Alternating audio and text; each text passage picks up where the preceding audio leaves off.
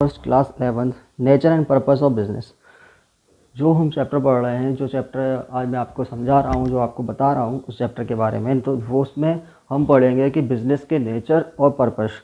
हर business के अलग अलग नेचर होते हैं, अलग अलग पर्पस होते हैं। जैसे कि 1.1 जो इसका पहला पॉइंट दिया हुआ है चैप्टर का, कि हमें समझाने के लिए चैप्टर के लिए इकोनॉमिक, पहले पॉइंट में ही हमको समझाया जा रहा है कि इकोनॉमिक के बारे में।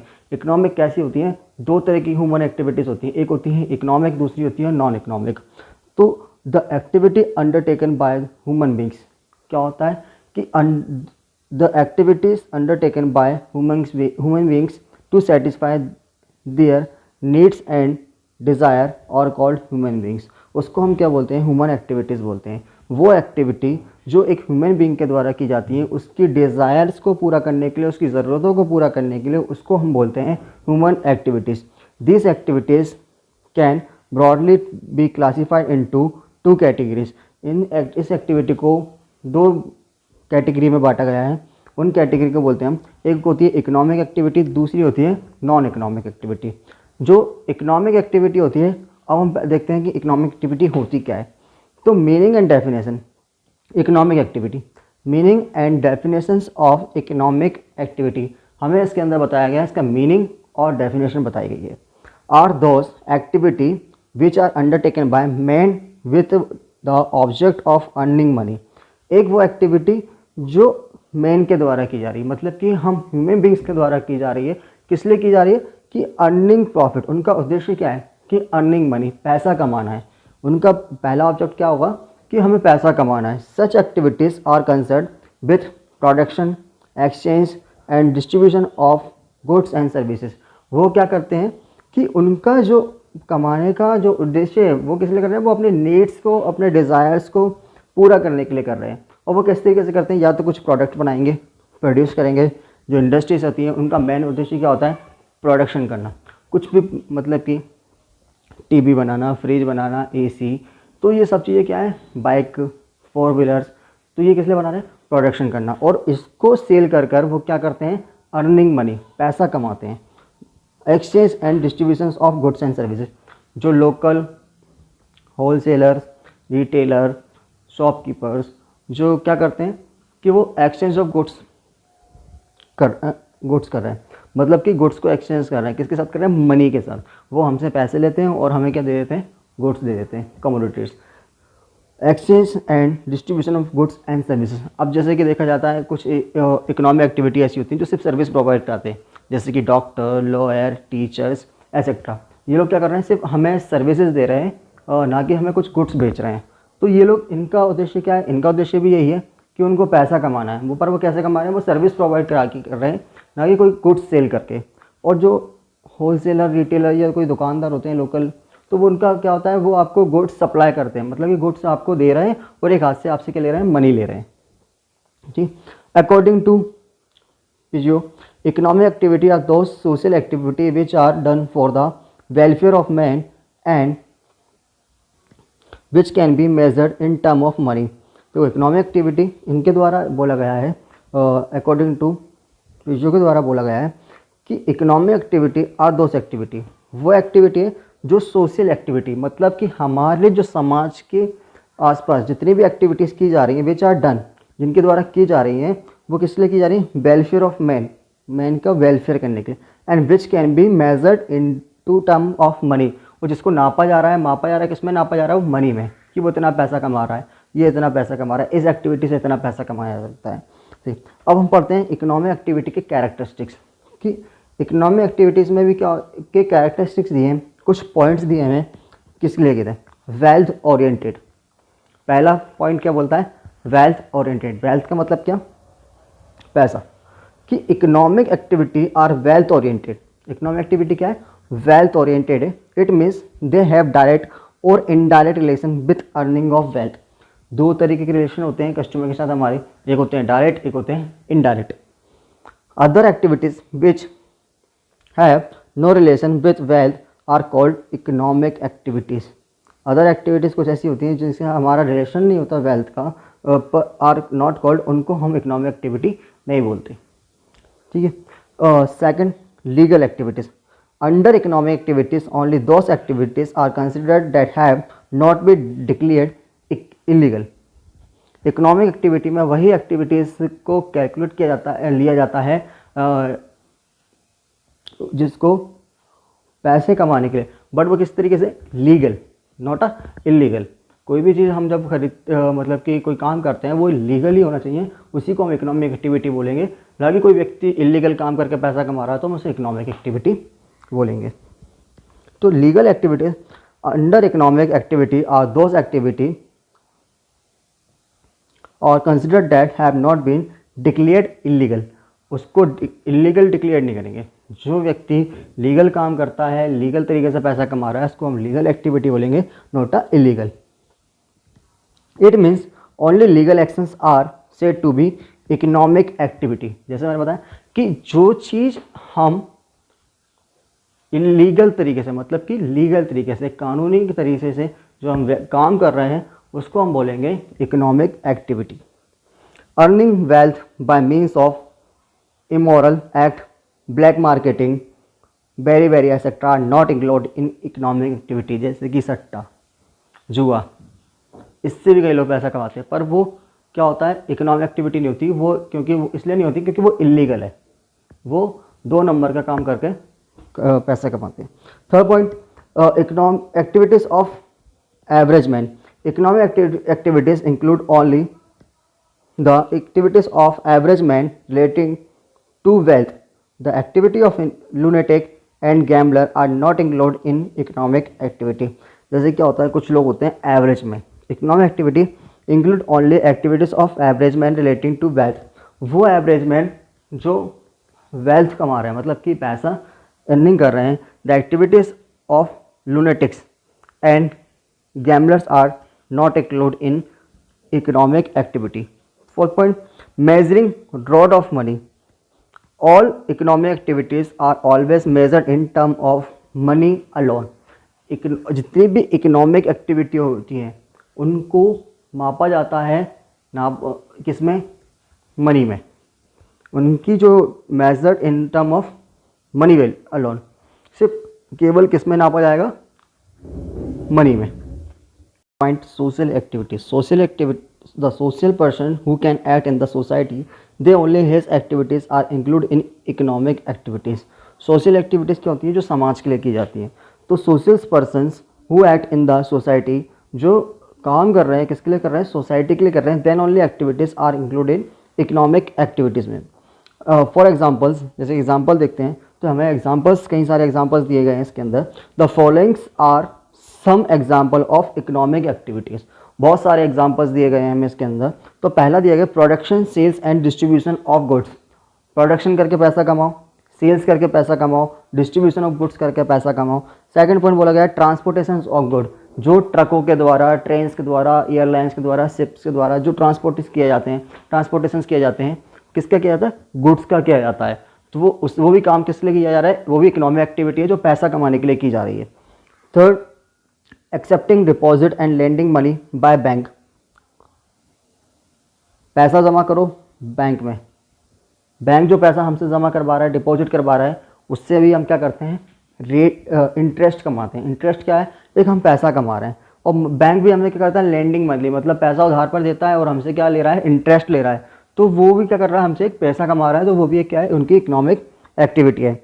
Insurance business by insurance company, बहुत सारी इंश्योरेंस कंपनी है, like LIC, star health, Bajaj Allianz, Reliance, ये सब क्या कर रही है, ये सब इंश्योरेंस करा रही है। हमसे कहते हैं हमें लाइफ कवर दे रही है हमारे लिए, लेकिन हमसे क्या करती है, टर्म्स ऑफ मनी लेती है हमसे। जिससे मतलब क्या होता है, उनकी टर्म ऑफ EMI होती है कि आप इतनी मतलब किस्तें जमा करो और हम आपका इतना लाइफ कवरेज इंश्योरेंस कर देंगे, जिससे आपको इन फ्यूचर क्या होगा, आपका इन फ्यूचर आपको अगर कोई भी आपके साथ कोई भी दुर्घटना होती है तो हम आपके परिवार वालों को उतना पैसा, तो वो हमसे क्या कर रही है, पैसा कमा रही है इंश्योरेंस के थ्रू। फिर आता है storage of goods and warehousing keeping. अपन ने कहीं जगह देखा है, ट्रेन से जाते हैं, कहीं रास्ते में जाते हुए देखते हैं कि एक बड़ी बड़ी बिल्डिंग्स के अंदर एक हाउस टाइप का बना होता है, ऊपर फेंस लगे होते हैं, तो वो उनके ऊपर लिखा होता है वेयर हाउसिंग।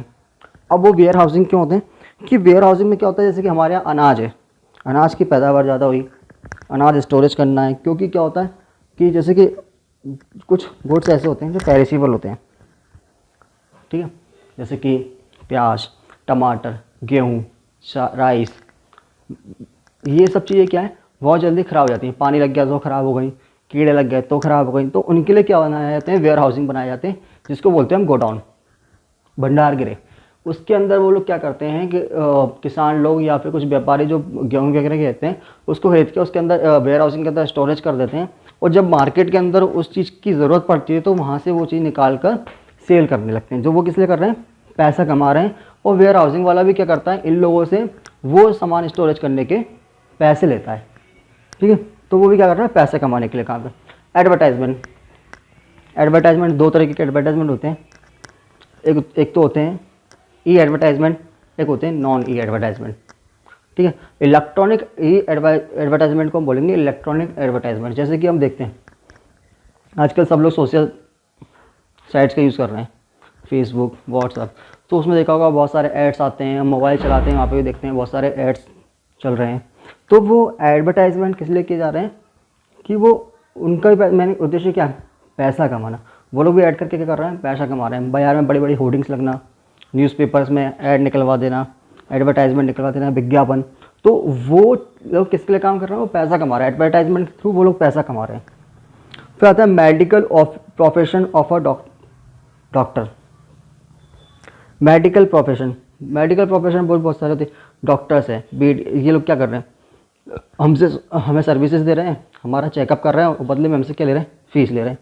ये लोग हमें कुछ सेल नहीं कर रहे हैं, लेकिन हमसे क्या ले रहे हैं, फीस ले रहे हैं। तो उनकी भी मेन एक्टिविटी क्या है, नॉन इकोनॉमिक एक्टिविटी है, क्योंकि ये हमसे कि पैसा लेकर हमें क्या करते हैं कि हमारी सर्विस करते हैं और हमसे पैसा लेते हैं। तो वो भी क्या कर रहे हैं, पैसा कमाने के लिए काम कर रहे हैं। Legal profession by a lawyer, अगर कोई केस लड़ना है, कोई मुकदमा है, तो उसके लिए भी हम क्या करते हैं, लॉयर को अपॉइंट करते हैं, और लॉयर हमसे क्या लेता है, वकील पैसा, फीस लेता है। वो भी क्या कर रहा है, अर्निंग मनी के लिए काम कर रहा है। फिर आते हैं accounting profession bye chartered accountant. अब इतनी बड़ी बड़ी फर्म चलती हैं, इतनी बड़ी बड़ी फर्म जब चलती हैं तो क्या पॉसिबल है कि वो फर्म वाले अपना अकाउंट खुद संभाल पाएँ, नहीं। वो लोग क्या करते हैं, हायर करते हैं किसको, चार्टर्ड अकाउंटेंट को। वो चार्टर्ड अकाउंटेंट क्या करते हैं, इनके अकाउंट का पूरा लेखा जोखा अपने पास रखता है, और मतलब कि उसको वेरीफाई करके, मेज़र करके उनको बताता है कि आपको इतना टैक्सेस जमा करना है, आपका इतना प्रॉफिट है, पूरी बैलेंस शीट मेंटेन करके। तो वो उनसे क्या लेता है, उनसे वो पैसे लेता है फीस के रूल में, ठीक है। वो फीस लेता है उनसे, तो वो भी क्या कर रहा है, अर्निंग मनी के लिए काम कर रहा है। फिर आता है working as a nurse in a hospital. अब जो अपन हॉस्पिटल्स के अंदर जाते हैं वहाँ देखते हैं नर्स, वो भी क्या कर रही है, वो पैसा कमा रही है, कैसे जॉब करके पैसा कमा रही है, वो भी एक इकोनॉमिक एक्टिविटी कर रही है। फिर working as a employ in public sector और प्राइवेट सेक्टर। आज हम भी सोचते हैं कि हमारी जॉब लग जाए अच्छी, तो वहाँ जाके हम क्या कर पाएँ, अच्छी अर्निंग मनी कर पाएँ, हमें अच्छी सैलरी मिल जाए, अच्छा पैकेजेस मिल जाए। तो भी हम किस लिए काम कर रहे हैं, पैसा कमाने के लिए। तो वो क्या है, अर्निंग मनी। फिर working as a teacher in a school etcetera. Schools के अंदर जो टीचर्स आपको पढ़ाते हैं, तो उनको भी आप क्या देते हो, फ़ी देते हो, अपनी फ़ीस जमा कर रहे हो ना, वो भी किसको मिल रहा है, टीचर्स को मिलती है। तो टीचर्स भी किस लिए काम कर रहे हैं, इकोनॉमिक एक्टिविटी है, मतलब कि वो किस लिए काम कर रहे हैं, पैसा कमाने के लिए काम कर रहे हैं, इकोनॉमिक एक्टिविटीज़ हैं, ठीक। फिर आते हैं नॉन इकोनॉमिक एक्टिविटीज़ पे। अब नॉन इकोनॉमिक एक्टिविटी होती क्या है, the activity that don't concern themselves with money और in which money is not involved but are done for pleasures or out of example nursing of a child by a mother, service done to his family by a doctor, teachers own son at home, etc. are the examples of non-economic activities. In the same way, charitable activities are also known as non-economic activities. The activities that do not concern, वो activities जो concern नहीं करती पैसा कमाने के लिए। पैसा, उनका उद्देश्य क्या है, पैसा कमाना नहीं है, उनका उद्देश्य है किसी की हेल्प करना। वो अपने सेटिस्फेक्शन के लिए क्या करते हैं, वो किसी की हेल्प करते हैं। जैसे कि हमारे जो माता पिता हैं, वो क्या कर रहे हैं, हमारी टेक केयर कर रहे हैं, मतलब कि हमें देख रेख कर रहे हैं, हमें पढ़ा रहे हैं, लिखा रहे हैं, ठीक है, हमें बड़ा कर रहे हैं, मतलब जिससे हम अपने लायक बन जाए। तो वो क्या कर रहे हैं, वो उसमें उनकी खुशी है, लेकिन वो हमसे लिए क्या ले रहे हैं, पैसे लेते हैं क्या, नहीं लेते। तो वो क्या कर रहे हैं, उनके नॉन इकोनॉमिक एक्टिविटी है। जैसे कि बहुत सारे अनाथ आश्रम है, वृद्ध आश्रम है, तो ये लोग भी क्या कर रहे हैं कि ये लोग अपनी सेटिस्फैक्शन को पूरा करने के लिए नॉन इकोनॉमिक एक्टिविटीज़ करते हैं, सबका अच्छा करते हैं, भला करते हैं, तो वो होती है नॉन इकोनॉमिक एक्टिविटीज़। ठीक है, डिफरेंस बिटवीन, अब देखते हैं कि दोनों के अंदर डिफरेंस बिटवीन क्या है, दोनों के अंदर अंतर क्या है इकोनॉमिक में और नॉन इकोनॉमिक में। तो पहला पॉइंट है इसका इकोनॉमिक एक्टिविटीज़ का meaning. Economic activities are those activities which are concern with wealth. Economic activity जो है वो किस लिए काम कर रही है, पैसा कमाने के लिए कर रही है। ठीक, तो फर्स्ट पॉइंट बोलता है the economic activities are those activities which are concern with wealth, वो किस लिए काम कर रहे हैं, पैसा कमाने के लिए। Non economic activity, non economic activities are those activities which have no concerns with wealth but are performed out of emotions and pleasures. किस लिए काम कर रहे हैं, वो अपनी खुशी के लिए काम कर रहे हैं, पैसा कमाने के लिए काम नहीं कर रहे हैं। सेकंड ऑब्जेक्ट, अब देखो इनका उद्देश्य क्या है, दोनों के अलग अलग उद्देश्य हैं। This activities are done for earning wealth. पहले इकोनॉमिक एक्टिविटी क्या बोलती है, का उद्देश्य क्या बोलता है कि भाई पैसा कमाओ। इकोनॉमिक एक्टिविटी का जो ऑब्जेक्ट है, उद्देश्य ही है ये कि भाई पैसा कमाओ। नॉन इकोनॉमिक एक्टिविटी का क्या बोलता है, दो this are done for earning wealth, this are not done for earning wealth for other purpose. इनका अलग ही पर्पस होता है, इनका अलग ही पर्पस होता है अपनी प्लेजर्स, किसी की भलाई के लिए काम करना, पैसा कमाने के लिए, किसी की भलाई के लिए, उससे उन्हें को मिलती है, खुशी मिलती है। Third, legality. इकोनॉमिक एक्टिविटी कौन सी होनी चाहिए, हमेशा लीगल होनी चाहिए। This are always valid and legal. कैसी हो, वैलिड हो और लीगल हो। Economic activities, non economic activities, this are not always legal, ये हमेशा लीगल नहीं होती। Fourth, supply. Economic activities they are done for fulfil the wants of man. हम अपनी इच्छा पूरी करने के लिए पैसे कमा रहे हैं। हमारी इच्छा है हमें गाड़ी खरीदना है, हमारी इच्छा है हमें अच्छी वॉच पहनना है, हमारी इच्छा है हमें अच्छे कपड़े पहनना है। तो वो कैसे आएंगे, वो पैसों से आएंगे। और वो पैसे कहाँ से होंगे, इकोनॉमिक एक्टिविटीज से, जहाँ से हम पैसा कमाएंगे और अपनी सारी वांट्स को, इच्छाओं को पूरा करेंगे। फिर नॉन इकोनॉमिक एक्टिविटीज़ में this are done for fulfilling desire and emotions. वो उनका एक ही उद्देश्य है भाई अपना डिज़ायर्स और इमोशंस के लिए काम कर रहे हैं। उनके इमोशंस बोलते हैं कि किसी का भला करो। हर किसी के इमोशंस एक जैसे नहीं होते, कुछ लोगों के ही होते हैं जो दूसरों का भला करना उनको अच्छा लगता है। तो इमोशंस एंड प्लेसेस अपनी खुशी के लिए कर रहे हैं। Fifth point, normal activities this are generally activities for man. देखो इकोनॉमिक एक्टिविटी हर कोई करता है, क्योंकि हर किसी को पैसे की जरूरत होते हैं, हर किसी को पैसा कमाना है। तो वो किस लिए काम कर रहा है, पैसा कमाने के लिए काम कर रहा है। तो ये जर्नली है, नॉर्मल एक्टिविटीज़ है, हर कोई काम करता है। आज हमारे फादर काम कर रहे हैं, हमारे ब्रदर्स काम कर रहे हैं, ठीक है, आसपास के जितने भी समाज में हम लोग देख रहे हैं, सबके घर कैसे चल रहे हैं, सब पैसा कमा के काम कर रहे हैं और अपनी अपनी वांट्स को पूरा कर रहे हैं और अपनी ज़रूरतों को पूरा करते हैं। फिर non economic activities this are always abnormal activities, for example gambling and black marketing. ठीक, ये एबनॉर्मल एक्टिविटीज़ है। यहाँ पे क्या है, दो देखो एग्जांपल्स दिए हुए हैं, गैम्बलिंग एंड ब्लैक मार्केटिंग। ये नॉन एबनॉर्मल एक्टिविटी है, किसी को करना है करना है, जिसको नहीं करना नहीं करना। उनके इमोशंस ही नहीं बोलते, उनके प्लेजर्स ही नहीं बोलते। जैसे कि रोड पे कोई भिखारी खड़ा हुआ है, उसकी मदद ही नहीं करना, सीधे चले गए। तो वो क्या है, वो किस लिए काम, उनको नॉन इकोनॉमिक एक्टिविटीज़ में क्या, वो एबनॉर्मल है। मतलब जैसे कि इकोनॉमिक एक्टिविटी जो है जनरली हर कोई करता है, लेकिन नॉन इकोनॉमिक एक्टिविटी हर कोई नहीं करता। Economic and non economic activities के बाद अब हम पढ़ देंगे types of economic activity. Types of economic activity क्या है। अब पहली चीज़, टाइप्स ऑफ इकोनॉमिक एक्टिविटी तीन से टाइप्स की होती हैं। एक होती है प्रोफेशंस, दूसरी होती है एम्प्लॉयमेंट, थर्ड होती है बिजनेस। तीनों ही इकोनॉमिक एक्टिविटी है, तीनों ही पैसा कमाने के लिए काम करती है, तीनों ही वेल्थ के लिए काम करती हैं। तो पहले देखते हैं हम profession. First is professions relating to personalized special service. Professions वह होते हैं जो पर्सनलाइज्ड किसी एक व्यक्ति के द्वारा दी जा रही हैं और वो उस काम में क्या है, बहुत ही ज़्यादा स्पेशल है, ठीक है, तो उसको बोलते हैं प्रोफेशन सर्विस। जैसे कि profession, concept of professions, business is that economic activity, professions is that economic activity which require special skills of knowledge to be applied by an individual. Profession is that वो economic activity है जो require, जिसके लिए किस चीज़ की ज़रूरत है, special skills की ज़रूरत है, नॉलेज की ज़रूरत है, to be applied by individual, किसी एक व्यक्ति के द्वारा। In his work it involve rendering of personalized service, special type of based on specialization knowledge, education and training. Education and training लेकर, पढ़ाई के बाद, वो ट्रेनिंग लेने के बाद कोई किसी एक्टिविटीज़ के अंदर, किसी कार्य के अंदर बहुत ही ज़्यादा स्पेशल है, जिसकी स्किल बहुत ज़्यादा अच्छी है, तो वो क्या कौन सा काम करेंगे, प्रोफेशंस के काम करेंगे। जैसे कि कोई एक डॉक्टर है, डॉक्टर क्या करता है, पहले पूरी तरीके से डॉक्टरी की पढ़ाई करेगा, MBBS करेगा, उसके बाद MBBS की डॉक्टर की पूरी ट्रेनिंग लेगा, फिर जाके वो क्या करता है, एक डॉक्टर का वर्क करता है। जैसे कि एक लॉयर, वो पहले पूरी लॉ की पढ़ाई करेगा, स्टडी करेगा लॉ के बारे में, फिर एक स्पेशल उसकी वजह से एक नॉलेज देखेगा कि मुझे सबसे ज़्यादा नॉलेज किस चीज़ की अच्छी हुई है, क्लेम की हुई है, या क्रिमिनल्स लॉयर होते हैं, अलग अलग टाइप के लॉयर होते हैं, तो वो एक अपनी फील्ड चूज़ करेगा, उसके लिए फिर ट्रेनिंग लेगा। तो वो किस लिए काम कर रहे हैं, वो प्रोफेशंस हैं, ठीक है।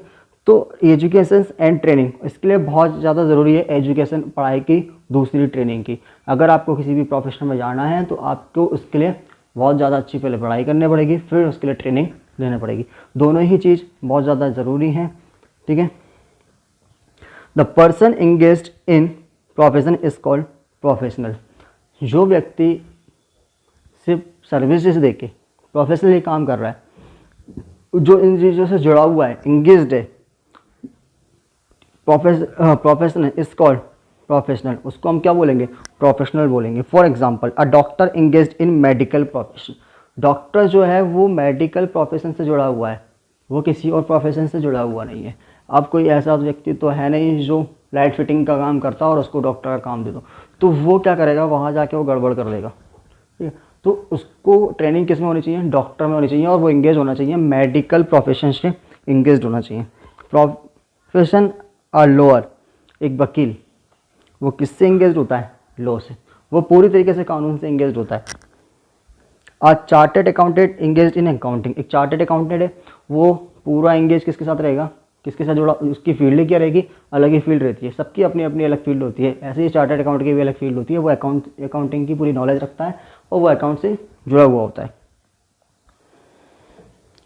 And auditing professions, an engineer engaged in engineering professions and like, वो एक इंजीनियर है, उसको स्किल किसकी है, उसको नॉलेज किसके, एक इंजीनियरिंग की नॉलेज है, इसलिए वो इंजीनियर है, तो उसका प्रोफेशन अलग है। मतलब कि सबके अलग अलग प्रोफेशन होते हैं, डॉक्टर का अलग होता है, लॉयर का अलग होता है, सब जो जिस काम में पूरी तरीके से स्किलफुल है, नॉलेजफुल है, जिसको बहुत अच्छी तरीके से नॉलेज है उस काम की, ठीक है, निपुण है, तो वही क्या होगा, प्रोफेशन कहलाएगा, और वो प्रोफेशन का वर्क करता है। जैसे distinctive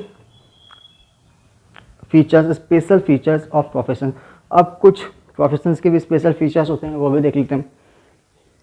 specialised knowledge pertaining to particular field, एक पर्टिकुलर फील्ड के अंदर अच्छी नॉलेज होनी चाहिए। ऐसा नहीं है कि डॉक्टर इंजीनियर का काम करने चला गया, इंजीनियर लॉयर का काम करने चला गया, लॉयर चार्टेड अकाउंटेंट का काम करने चला गया, ऐसा नहीं हुआ। वो हर व्यक्ति को अपनी फील्ड के अंदर एक अच्छी नॉलेज होती है।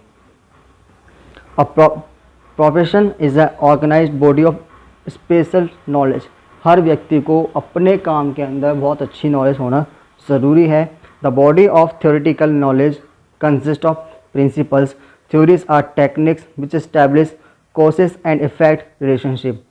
द बॉडी ऑफ थ्योरेटिकल, जो उनकी बॉडी ऑफ थ्योरेटिकल नॉलेज, उनको थ्योरेटिकल प्रैक्टिकल दोनों नॉलेज होती है, और उनके जो सिद्धांत होते हैं, प्रिंसिपल्स होते हैं, उनकी जो थ्योरीज होती हैं, उनकी टेक्निक्स होती हैं, वो एस्टैब्लिश कॉसेस ऑफ इफेक्ट, वही इनके इफेक्ट डालते हैं उनके रिलेशनशिप पे।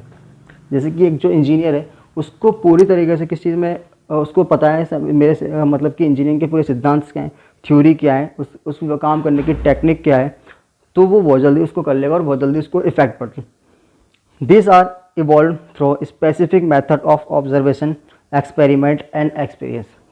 उसको काम करते करते अच्छा एक्सपीरियंस हो जाता है और बहुत ज़्यादा नए एक्सपेरिमेंट्स कर सकता है। फिर आता है practical training. A profession has to undergo certain rigorous training to acquire specific knowledge and skill.